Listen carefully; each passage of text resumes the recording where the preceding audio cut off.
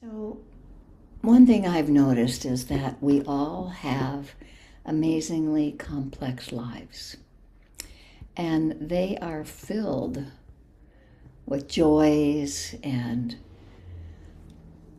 if we remember and notice them, sometimes we tend not to really remember the joys, and plenty of disappointments and challenges. And I'm sure by now in your life and in your practice, you've found, as I have, that it requires a great deal of patience to manage everything that's going on. And what is there about the quality of patience that causes so many of us to respond to that very word with a sense of deficiency, like I don't have enough? We say that suggesting that patience is some sort of commodity. And the wonderful thing about patience, unlike commodities, is the more that we use it, the more that we offer it, the more we have. And also, by its nature, patience creates a spaciousness that really lets us feel as if we have more time than we've ever had. And so patience can alter our everyday experience from one of anxiety and deficiency to one of peace and plentitude. However, some of us have experienced so much impatience that we assume that we don't have a lot of patience. This suggests that we're hardwired a certain way and that we can't change. And in truth, what happens is we experience an emotion and then too often attach to it as if it were an innate aspect of our very being. Some of us label ourselves as an angry person, ignoring that the basic nature of sentient beings is more likely compassionate and kind, not angry and unpleasant. And we allow ourselves to believe that anger and impatience are a part of who we are rather than understanding that they're simply feelings that arise. Like anything else that arises, feelings pass away. They don't define our character. And experiencing the repeated presence of impatience most likely indicates a level of fear and unhappiness. It is unpleasant, but it's not fixed or permanent. It means that we might want to sit quietly and examine the root cause of our impatience. Here's a hint. They're not outside of ourselves. They are within ourselves. And so while we all experience impatience at times, we can learn not to react with our conditioned responses. It helps to commit to taking each day, a period of time each day to sit down, even if it's just for a few minutes, to practice detailed awareness of the workings of the mind. Just practice awareness. It's a sophisticated skill, and it takes time to learn, but even your initial efforts can yield benefit. And this might be familiar ground to us as meditators, but it's worth re-examination. Gently relinquishing thoughts that will lead to dukkha. Gently, like you said, renunciation. Gently relinquishing thoughts that will lead to dukkha, to suffering, unhappiness, and stress. Welcoming thoughts that will lead to happiness. While ultimately patience is practiced in the company of others, usually we get impatient with others. The starting place is in our own minds. And a few weeks ago, I spoke about the 10 beautiful qualities of the mind. Interestingly, although the Buddha spoke often of these 10 qualities, or the Paramis, to my understanding, the list of Paramis does not appear even once in the texts which we may consider to be the most authentic words of the Buddha. Still, it's clear that from the early days of Theravadan Buddhism, the Paramis were viewed as the essential elements of the path to Buddhahood, and hence closely identified with the Bodhisattva path. Sometimes we might notice that in the authoritative suttas of the canon, the Buddha often refers to himself as the Bodhisattva. That's Pali, and it's Bodhisatta in Pali and Bodhisattva in Sanskrit. And so, contrary to common beliefs, the Bodhisattva path has always been one of three options within the Theravadan tradition, the others being those of the Arahant and the Pacceka Buddha. One is self-realized but doesn't teach. That's the Pacceka Buddha. Even though it's a minority, there are many Theravadan practitioners in Burma today who are following the Bodhisattva path. And there are stories in Burma that the meditation master Mingun Sayadaw, early in the last century, not so long ago, instructed one student, Mahasi Sayadaw, who is the lineage that I've been trained in, to become an Arahant, and another student, Tangpu Sayadaw, to follow the Bodhisattva path. So these stories are hard to verify, and because monks are forbidden to talk to lay people about their attainments, they rarely offer details of their practices. For people in the modern world who are wrestling with the issue of how to practice Dhamma in daily life, the perfections provide a useful framework for developing a fruitful attitude toward daily activities, so that any activity or relationship undertaken wisely and with the primary purpose of developing the perfections in a balanced way becomes part of the practice. These 10 perfections also provide one of the few reliable ways of sort of measuring the accomplishments of our life, so to speak. Accomplishments in the realm of work and relationships have a way of turning into dust. But perfections of the character, once developed, are dependable and lasting, carrying one over and beyond the vicissitudes of daily living. And so they deserve to take high priority in the way that we plan our lives. And they carry one across the further shore.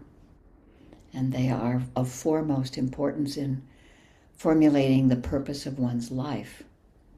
So I'll just go over briefly with a one-word description about the 10 paramis, and then I'll talk more about patience.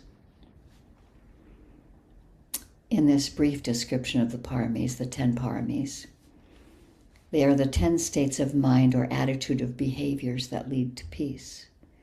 They're interrelated with each other, they're fluid, and they flow in and out of each other. So generosity, they're sort of taught in an order, but we notice them at all times, or at different times. So generosity is having a willingness to open to all things, to share with others and contemplate abundance. Morality, or sila, is being willing to undertake the training to live within the 5 precepts, harmonious living. Renunciation, cultivating the capacity to abandon our attachments. Wisdom, being able to see or consider the implications of the 3 characteristics in any experience of anicca, anatta, and dukkha. And energy, our level of willingness to participate in mental development. Patience is cultivating the capacity to stop our resistance to the truth of an experience. Truthfulness is paying attention to the truthfulness of words and actions. Resolution is the degree in which we are willing to follow our aspiration to practice. Loving kindness, the willingness to connect with and care about other sentient beings. And the last one, equanimity, being willing to consider phenomena outside our opinions and judgments. It was said in the Dhammapada, verse 122, don't disregard merit. thinking it won't come back to me. With dripping drops of water, even a water jug is filled. With trivial acts repeated, a wise one is filled with merit. So we practice like a drop at a time in the bucket of water. When I was a kid, I was told many times, and you probably were too, be patient. Patience is a virtue. I would relate to these words much the same way I would the order of, eat your spinach. Or to be patient meant grin and bear it. Or that I should repress my feelings about these disagreeable aspects of life. And this is not what is meant by patience from the Buddhist perspective, however. Patience, or khanti, is the sixth of those 10 perfections, or paramis. And the clarity of wisdom and the softness of compassion are the companions to each of the perfections. Wisdom and compassion. Patience is motivated by our desire for inward and outward peace, and by faith in our ability to accept things as they are. In Buddhism, patience has 3 essential aspects. There's gentle forbearance, there's calm endurance of hardship, and there's acceptance of the truth. So I'm going to say those 3 things again. Patience has 3 essential aspects: gentle forbearance, calm endurance of hardship, and acceptance of the truth. Gentle forbearance, this first aspect of patience, we can sometimes think of it as maybe a time that we might be an exhausted parent of a child who's having a fit over something, some baffling homework or some difficulty. And perhaps patience in this case means just taking a few breaths instead of yelling or getting upset in frustration. Or we might be on the verge of making a brilliant report to a coworker, a retort to a coworker or a friend, but we hold our tongue. And rather than say something hurtful, even though our impatience is triggered, we can tap into the deeper reservoir of our motivation to do no harm. This gentle forbearance may feel difficult, even contrived, because it doesn't constitute true acceptance of how things are. But it's nonetheless a critical aspect of patience because it helps us restrain ourselves long enough to determine the most skillful action for the moment. This gentle forbearance helps to anchor our attention in the movement of the breath. Can we really, truly just receive one breath? Can we sustain the attention from the birth of the breath through its life and through its passing away? We notice that in these moments of attention, we are temporarily freed from mental torment. There's no need to focus on our expectations or attachments to results.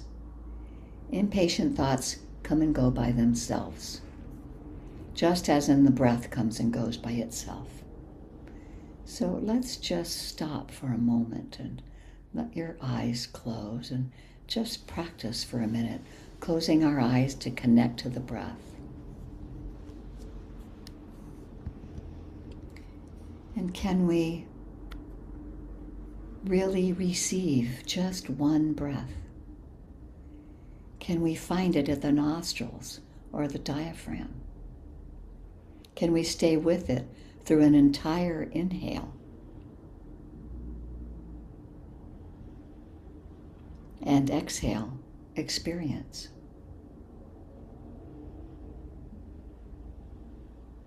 Now try once more to connect with the next breath. Can we receive just one breath? And stay with it through the entire inhale or exhale. And so on for just a few more breaths.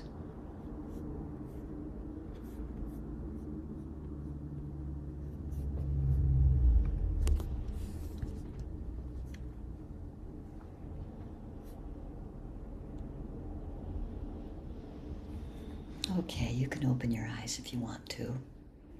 Anytime we want life to be different than it is, we're caught in impatience. We lose our sense of humor and what arises is self-pity and despair. Sometimes blame seeps into the heart. Gentle forbearance includes the spirit of forgiveness. When we feel conflict with others, understanding their suffering is the first step in being able to communicate and to forgive and to begin again. The practice of forgiveness happens when we are able to realize the underlying cause of our anger and impatience, and this allows us to distinguish between someone's unskillful behavior and their essential goodness. Serenity and calm develop as we learn to accept imperfection in others and ourselves. In our busy lives, we might overlook the value of patience in a quest for accomplishment, efficiency, and fulfillment. And when we recognize that clear seeing, peace, compassion, and love are quite different from and even incompatible with compulsive behavior and reactions, then the value of patience becomes apparent. Patience entails choosing not to respond reactively. It provides tremendous support for mindfulness practice, perseverance, patience under insult, and acceptance of truth. Those three traditional facets of patience that give strength to mindfulness. I was recently in California helping a friend recover from knee replacement surgery, which you can imagine if you haven't had it yourself is a very difficult surgery to come out of and feel energetic about doing what you have to do when you're in a lot of pain of doing PT and taking various medications that you need to while you can undergo certainly the first couple of weeks. And my patience was tried being there, sort of repeatedly hearing challenges and difficulties, and yet, having patience and really understanding the suffering that my friend was going through allowed me to hold myself a little more patiently, to make more spaciousness around what would have been my reaction by, having the practice be present when I might have been impatient and wanted something to be different than the way it was, or her attitude to be different, or my attitude to be different. But just bringing in patience into that situation really did cause some spaciousness in my mind to be present with her suffering and notice my own impatience and, just be gentle with myself. That perseverance, this gentle, steady forbearance and effort, it keeps us from succumbing to doubt and discouragement and fear. And when our progress in practice doesn't meet our expectations, we can easily become discouraged. For example, practice often gives rise to pleasant states. And if we assume that we can sustain them at will, the reality of change can be quite unpleasant. Or we might expect practice to develop linearly, with increasing concentration and peace, or steadily decreasing suffering. In fact, a period of ease in practice might well provide the inner strength and trust to confront long-ignored difficulties. Practice is much easier to sustain over the long term if we realize that it doesn't always unfold in an even and in an expected way. Perseverance can also be important when spiritual practice does meet our expectations, when things are going well. We might become complacent, and in the presence of happiness or ease, we might forget to maintain a steady dedication to practice. A gentle perseverance allows us to practice unhindered, by both difficulties and rewards that we experience. It's the key to letting mindfulness practice sink deeply into the marrow of our bones. Patience under insult. This is the second aspect of it's meaning not succumbing to anger or aggression or despair when threatened. Instead, it means mindful of our reactions and emotional responses, and perhaps finding a wiser way to respond. Pausing even for a moment before responding to a difficult situation is a powerful form of patience. A pause may give us a better understanding of the situation and our intentions with it. Sometimes a pause allows for something wonderful and unexpected to arise, something that would not have happened had we rushed in to react or control. Sometimes people find patience by changing their point of reference for understanding a challenging situation. Our understanding is often very self-centered, and other perspectives may be equally, if not more appropriate, and we just don't see it unless we take a different perspective. During the civil rights movement, for example, many people endured a tremendous amount of physical and mental and emotional insult by understanding its role in a larger context than their own individual suffering. Struggling for civil rights gave their suffering a purpose that transformed the whole country. The third form of patience is acceptance of truth. The means that this implies the willingness to see deeply without resistance, the truth of the moment and the truth of the deepest levels of reality.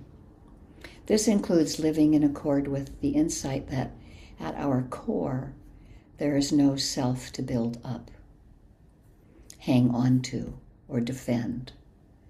Seeing the luminous emptiness at the center of all things means that we can begin to let go of grasping to a self-conscious and fixed idea of who we are. This requires a kind of patience because deep spiritual insight is an insult to the ego. I'm sure we've discovered that. And many people orient their lives around a limited view of themselves. It can be quite frightening to let go of this view. The patience and acceptance of truth that allows us to let go, is a personal strength. The patient acceptance of truth, the truth of the way things are, the truth of impermanence, the truth of non-self. That allows us to let go, and it becomes a personal strength developed together with the strength of virtue, harmonious living, discernment and wisdom, resolve and loving kindness. So I'd like to give you a little brief historical background. I'll go to the side a little bit here, of the Paramis. There are many myths and stories that are handed down about the Buddha, and it's impossible to know if they're true, but this story is particularly encouraging about patience and how much time we have in so many lifetimes to accomplish our spiritual goals. I find this fact sort of interesting. The ancient, he was an ascetic, Sumedha. It was said 4 incalculables and 100,000 eons ago. So what's an incalculable? And this is 4 of them. An incalculable is so big and important that it can't be calculated. Or it's unlimited, it's priceless, and it's beyond value. So that's pretty hard to even wrap our brains around. But then we do kind of know that an eon, and this is saying 1,000 eons, 1 eon is 1 billion years. So let's say 1,000 eons ago. That's what, 1,000 billion years? Plus 4 incalculable. So obviously it was it's a way to say it was a very, very long time ago. And this ascetic named Sumedha, and you've heard other people since then who have similar names, Achan Sumedho, they're all named after this person. He was practicing the path of awakening, or the path of an arahant, when he received word that a fully awakened one, a Buddha named Dipankara is the Buddha before the Buddha that we know of, and so he was the Buddha before. And he was teaching in a town nearby where Sumedha was.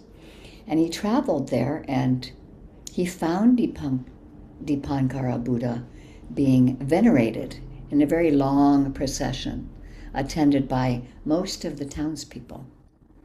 And Sumedha was immediately touched with deep reverence upon seeing the noble bearing and vast tranquility of the Buddha. He realized that to become an arahant, it would be of great benefit to humankind, but the benefit to the world of a Buddha was immensely greater. And at that very moment, in the presence of Dipankara Buddha, he made this vow to become a Buddha in a future life. This marked his entry into the path of the Bodhisattva, a being bound for Buddhahood. Just then, Sumedha noticed that the Buddha was about to walk through a patch of wet mud. And so spontaneously, out of great devotion, he threw his body down in the mud, and he invited the Buddha and his Sangha to walk over him rather than dirty their feet. As the great teacher passed, Dipankara Buddha read Sumedha's mind, understood his aspiration, and predicted that the ascetic Sumedha would fulfill his vow to become a Buddha. At a time 4 incalculables and 100,000 eons in the future. It was also revealed to Sumedha that had he not made the aspiration to become a Buddha, he would have realized full enlightenment that day by listening to a discourse from Dipankara Buddha. And this would have ended Sumedha's own suffering and also his chain of rebirths. But the Bodhisattva chose instead to devote inconceivable lifetimes of practice to gain the ultimate goal of Buddhahood. Having resolved on this goal, Sumedha then retired to his cave to reflect, how can I make this vast journey? He wondered, what aspects of mind and heart do I need to develop in order to become a Buddha? And as he reflected, he saw that there were these 10 wholesome qualities that he would need to have to practice, and they would have to be brought forth to strengthen and to maturity. And that's how the Paramis came out of the teachings, that they came to mind one by one. Generosity, dana, virtue, which is sila, renunciation, which is nikema, wisdom, panya, energy, viriya, patience, kanti, truthfulness, satya, determination, adhitthana, loving kindness, metta, and equanimity, upekkha. He called this set the Paramis, which has usually been translated as the perfections. And in some of the other sects of Buddhism, there are only 6 of them, and they're called the Paramitas in Tibetan. So then he began the journey of this incalculable, innumerable lifetimes to develop the perfections of heart and mind that finally unfolded in his full enlightenment as Gautama Buddha, the one that we are aware of under the Bodhi tree in northern India that was 2,600 years ago. The ultimate perfection of patience, doesn't come from endurance or reevaluation of a situation, but rather it comes from the absence of our habitual automatic triggers and reactive hooks to the challenges of daily life. Fully mature patience is effortless. And it's not doing at all. It's really hard to imagine how over eons and eons, the patience that it takes lifetime after lifetime to, have our goal of, even just as householders, embodying some of the Paramis. And patience is by far one of the highest virtues and difficult but important. There's an apropos story from the Brahma Samyutta in Samyutta Nikaya. There's a lot of stories in the Samyutta Nikaya. And this tells the story of an angry man who insulted the Buddha. And the Buddha, showing great patience, simply asked the man if people ever visited him in his home. Surprised at the change of topic, the man answered yes. The Buddha then asked if he ever offered to feed his guests. When the man replied yes again, the Buddha asked what would happen if they refused to accept the food. Who would the food belong to then? The man said that of course it would still belong to him. The Buddha then calmly, and I imagine kindly, said, in the same way, I do not accept your insults. They remain with you. If only we could be present at the time when things are happening to us to not accept what's coming toward us with the patience and kindness and let them remain with the giver. And because the ultimate patience is effortless, perhaps the opposite of impatience is not patience, but rather contentment. By not chasing after the whims of the ego, we have the chance to discover a deep contentment that manifests in our life as great patience. The meaning of parami points to this. Tanasiro Bhikkhu mentions these two etymologies, that they carry one across to the further shore, that's param, and they are of foremost, which is parama, importance in formulating the purpose of one's life. In their blend of merit and insight, the Paramis convey two key qualities of Buddha's life: compassion and wisdom. As our Acharya Dhammapala says in his treatise, I've changed the pronouns here a little bit. Through wisdom, the Bodhisattva perfects within themselves the character of a Buddha. Through their compassion, the ability to perform the work of the Buddha. Through wisdom, she brings herself across the stream of becoming. Through compassion, she leads others across. Through compassion, he trembles with sympathy for all. But because his compassion is accompanied by wisdom, the heart is unattached. So we just need to remember that patience entails choosing not to respond reactively, that it provides tremendous support for mindfulness practice and perseverance, patience under insult, those three, and acceptance of the truth are those three traditional facets of patience that give strength to mindfulness. I'd like to conclude with reading a few verses from Shantideva on patience. All the virtuous deeds and merit, such as giving and making offerings, that we have accumulated over thousands of eons, can be destroyed by just one moment of anger. There is no evil greater than anger, and no virtue greater than patience. Therefore, I should strive in various ways to become familiar with the practice of patience. If I harbor painful thoughts of anger, I shall not experience mental peace. If I find no joy or happiness, and I shall be unsettled and unable to sleep. Those who cause me suffering are like Buddhas bestowing their blessings, since they lead me to liberating paths. Why should I get angry with them? Don't they obstruct your virtuous practice?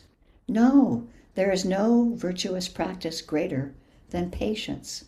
Therefore, I will not get angry with those who cause me suffering. If, because of my own shortcomings, I do not practice patience with my adversary, it is not them but I who prevents me from practicing patience, the cause of accumulating merit. Here's one more. Even while I remain in samsara, through patience I shall attain beautiful forms, good health, reputation, very long lives, and even the extensive happiness of a Chakravartin, which is a king, a universal monarch. Extensive happiness.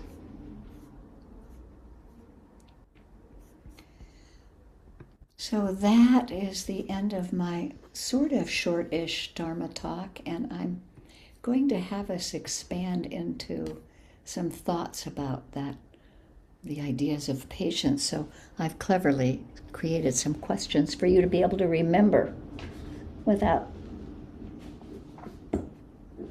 me saying them over a lot of times. Would you pass those out, Joe? Sure. Thank you. And now I'm going to see if I can find them in my notes so that I can put them in the chat.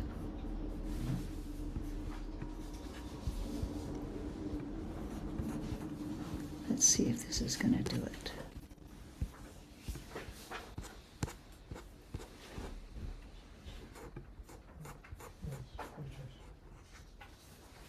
Mm-hmm.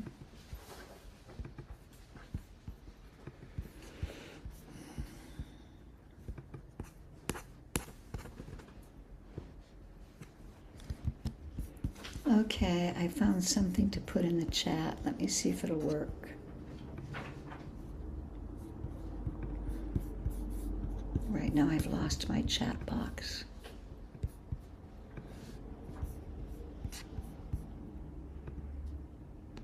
Where's the chat? Oh, there it is.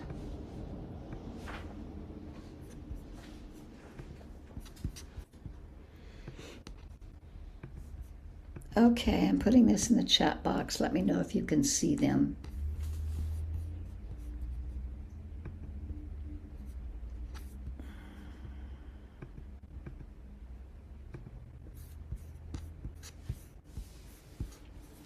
Kimberly, are they visible in the chat? Do you see them? James, you see them? Okay, good. So just thinking over some, these are those three: gentle forbearance, calm endurance, hardship, and acceptance of truth. I'm going to ask you to close your eyes again for a minute, and I'll just read over them, and you can see if one of them calls to you. Can you think of a recent time when you may have thought twice before saying something out of impatience? A time when that idea of gentle forbearance was useful in staving off a reactivity that might have been more harmful. Or a time when you didn't succumb to anger, aggression, or despair when treated unfairly. And instead you may have been mindful of your reactions and emotional response and perhaps found a wiser way to respond. I'll give an example. The idea of acceptance of the truth, meaning the willingness to see deeply, without resistance, the truth of the moment and the truth of the deepest levels of reality. living in accord with the insight that at our core, there is no self to build up, to hang on to, or to defend. Has patience helped you to see the true nature of impermanence? And if so, in what way? So I'm going to pause the recording. Hopefully I won't end the meeting or stop it altogether, but let's see. And then we can have some discussion here. Pausing the recording, be prepared for a very loud sound.